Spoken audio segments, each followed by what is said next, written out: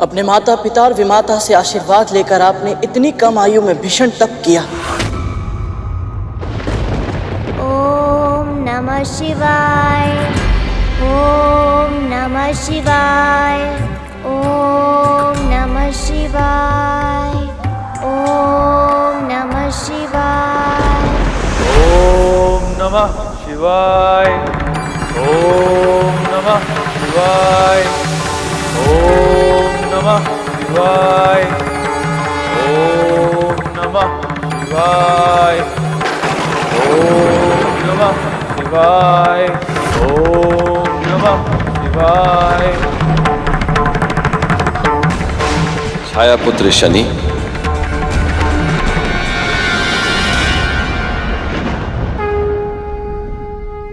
आपकी तपस्या सफल हुई। महादेव,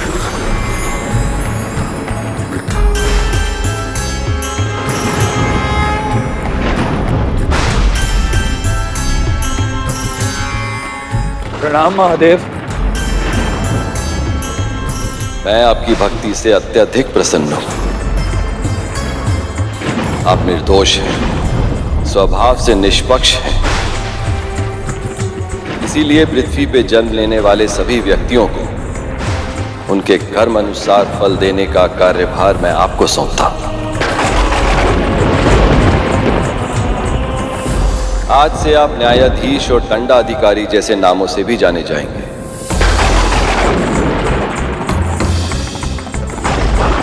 आपका धर्म होगा प्रत्येक प्राणी को उसके कर्म के अनुरूप न्याय और दंड देके उन्हें और पाप करने से रोकना, ताकि वो अपने जीवन को मोक्ष की ओर अग्रसर कर सके।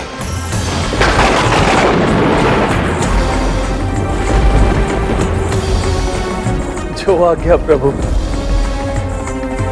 इससे पहले कि आप किसी और के साथ न्याय करें,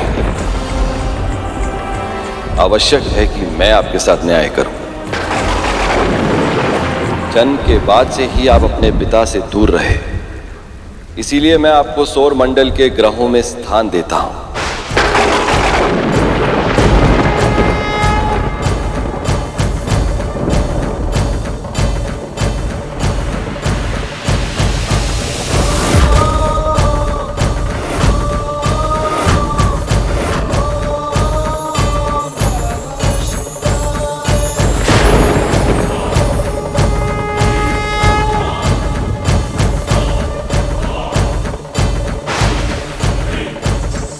आज से आपके शस्त्र होंगे त्रिशूल, गदा और तीर।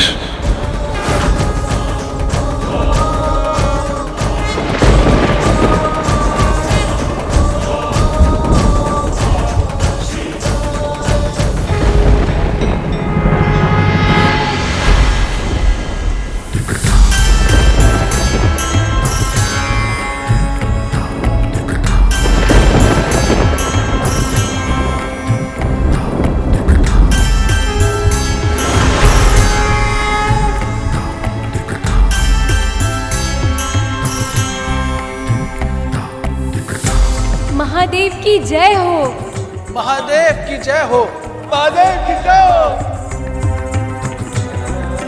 महादेव की जय हो।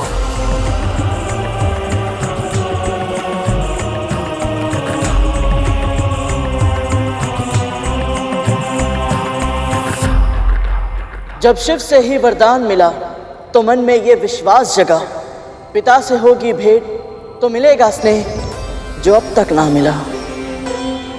और एक बार फिर आपके हाथ आई तो केवल और केवल फिर निराशा।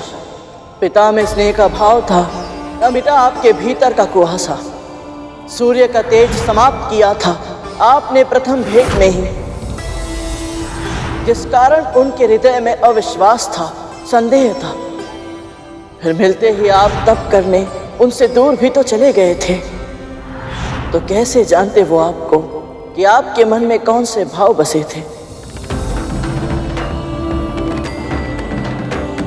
सौर मंडल के शेष ग्रह भी आपकी तपस्या के बाद मिले वरदान से आशंकित थे।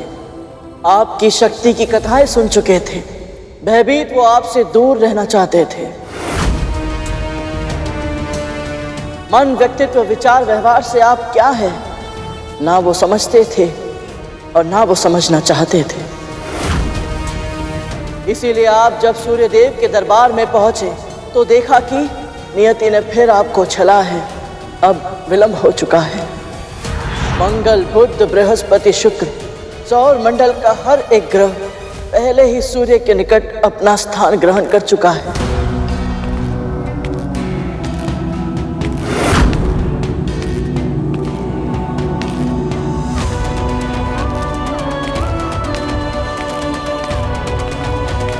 प्रणाम पिताश्री। आओ शनि, अपना स्थान ग्रहण करो।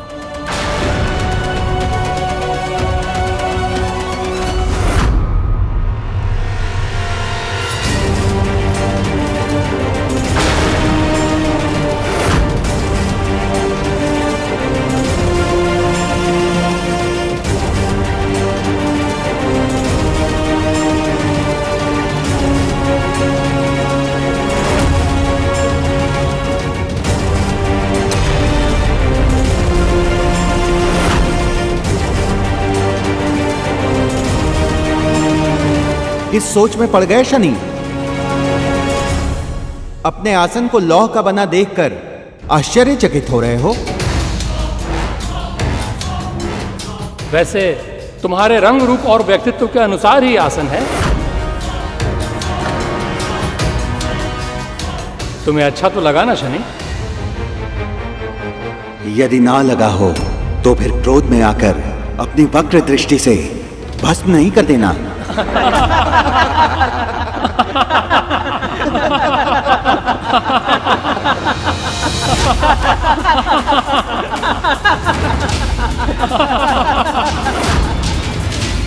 ये सब परिहास करते तो मैं भी इनके साथ हंसता, परंतु ये मेरा उपहास कर रहे हैं और आप मौन हैं। आपके इस दरबार में अन्य सभी स्वर्ण के सिंहासनों पर विराजमान हैं और मेरे लिए लौह का आसन। मुझे स्वर्ण से प्रेम नहीं है पिताश्री, परंतु सत्य, समानता और न्याय से है। और सत्य ये है, आज एक बार फिर आपने मेरी उपेक्षा की।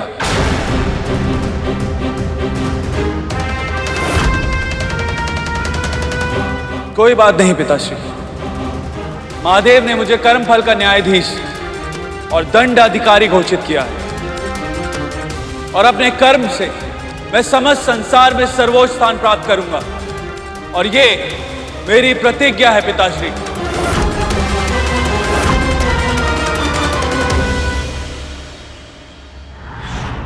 आपको दंडाधिकारी का कार्यभार सौंपा गया था शनिदेव, और जो दंड देते हैं उनसे सभी भयभीत तो होते हैं पर उनका सम्मान नहीं कर पाते, क्योंकि आपकी छवि ही ऐसी है कि आपके सामने आने के बाद सभी को अपने बुरे कर्मों की स्मृति सताने लग जाती है।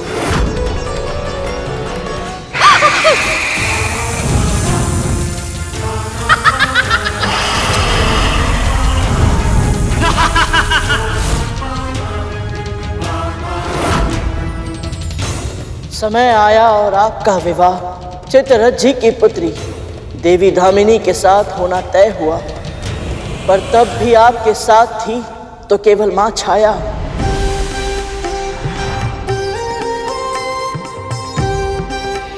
पिता का आगमन बस औपचारिकता के लिए हुआ, पर एक भी ग्रह आपकी प्रसन्नता में सम्मिलित नहीं हुआ। वो अपमान भी आपने जिया और देवी से गंधर्व विवाह किया।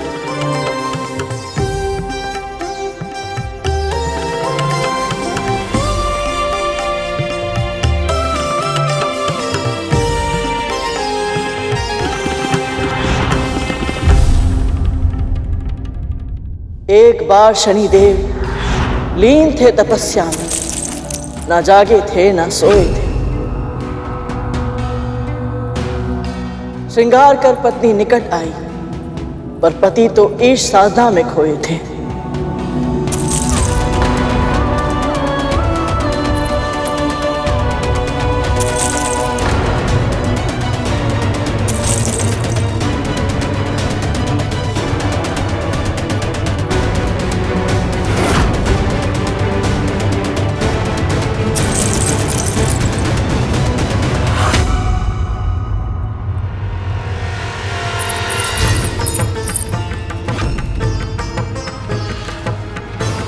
पत्नी अपने पति का ध्यान आकर्षित करने के लिए प्रयत्न करे और फिर भी उसका पति उससे उदासीन रहे, एक स्त्री के लिए इससे बड़े अपमान की बात और कुछ नहीं हो सकती।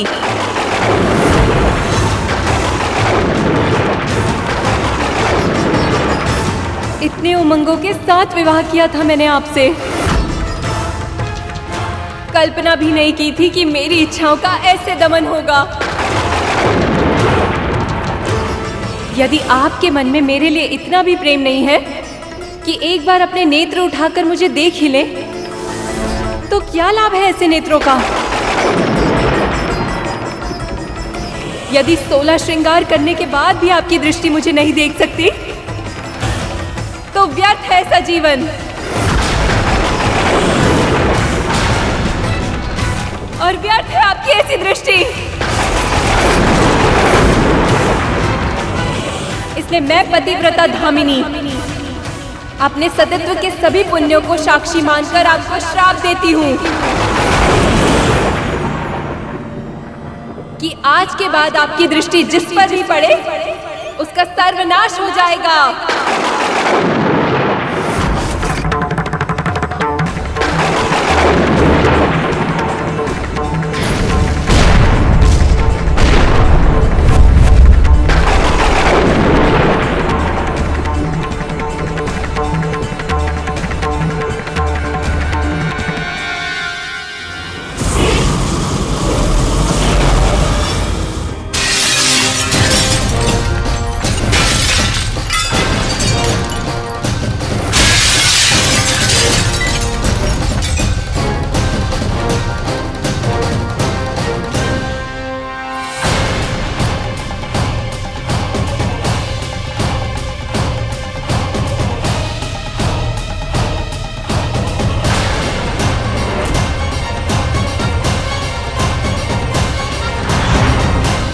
बस करो पुत्र,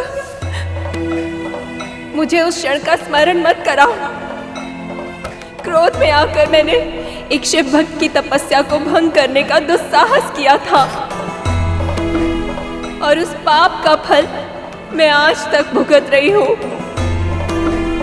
अब चाहे कितने भी अच्छा क्यों ना हो, मेरे पति एक क्षण के लिए भी दृष्टि उठाकर मुझे देख तक नहीं सकते।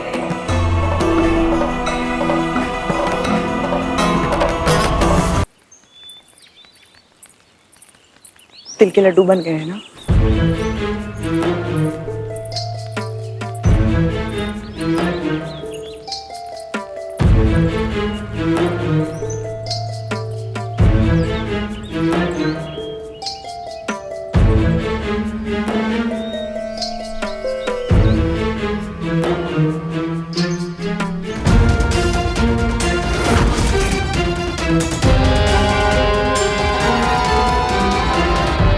तुम दोनों के यहाँ खड़े रहने से तुम्हारे भाई वापस नहीं आएंगे। जाओ, दान की वस्तु भी लेकर आओ। पूजा के बाद दान करना है। जी माँ, अभी लाए।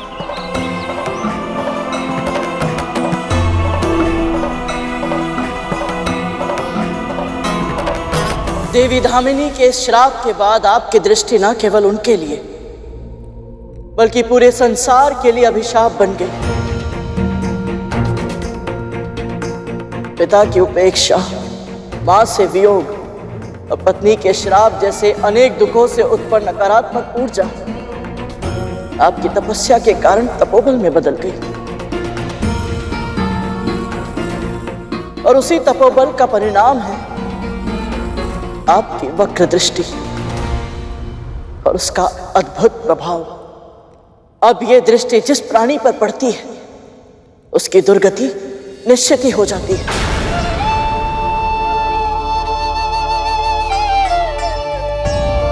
जीवन की विपरीत परिस्थितियों ने आपको कठोर तो अवश्य बनाया प्रभु, पर क्रूर नहीं बना पाए। महादेव ने आपको दंडाधिकारी के पद पर आसीन किया क्योंकि आप स्वभाव से ही निष्पक्ष हैं। किसी भी व्यक्ति, परिस्थिति या स्थान से कोई भी भावनात्मक लगाव नहीं रखते आप। बस कर्मों का फल देकर न्याय करते हैं। एक संपूर्ण ग्रह के स्वामी होने के बाद भी आप में तनिक भी अहंकार नहीं है। इतना अपमान सहा आपने, पर फिर भी प्रतिशोध की भावना को अपने भीतर पनपने नहीं दिया। अधर्मी को कभी क्षमा नहीं करते आप, और धर्म का पालन करने वालों का तनिक भी अहित नहीं करते।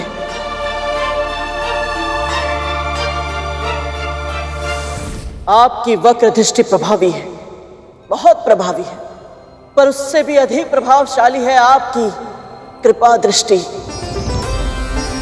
आपकी कृपा का आशीर्वाद जिसे भी मिल जाए उसे धन, धन, समृद्धि, ऐश्वर्य सब कुछ अपने आप मिल जाता है। इसीलिए मैं जानता हूं प्रभु, आप संकट कारक नहीं हैं। मैं आपको नमन करता हूं प्रभु।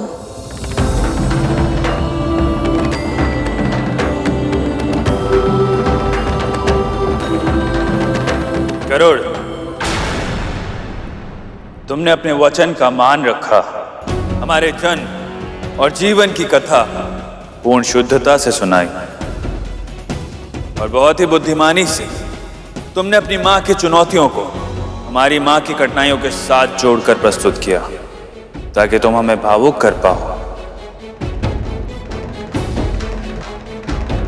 इससे एक बात सिद्ध होती, प्रारंभ में भले ही तुम मौन रहे हो, लेकिन वार्तालाप की कला में तुम पारंगत हो।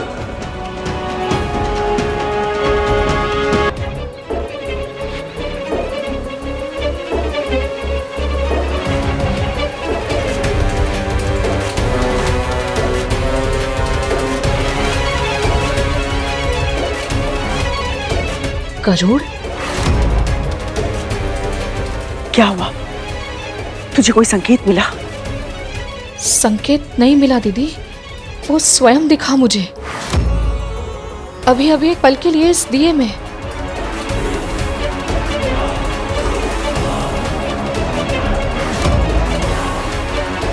और साथ में उसके नाग भाई भी थे। इस संकेत का क्या अर्थ हुआ? उन पर कोई संकट तो नहीं?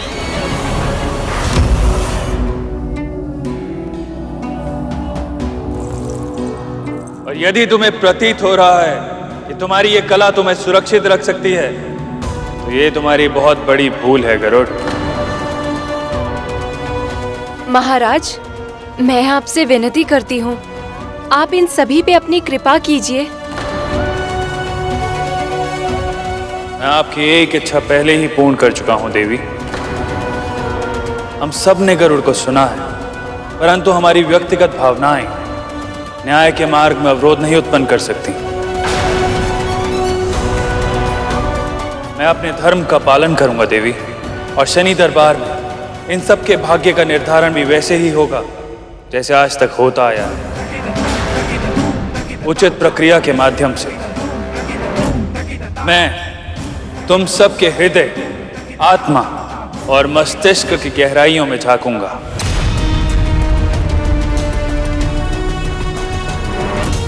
फिर मैं निर्णय लूंगा कि तुम क्षमा के योग्य हो या दंड के।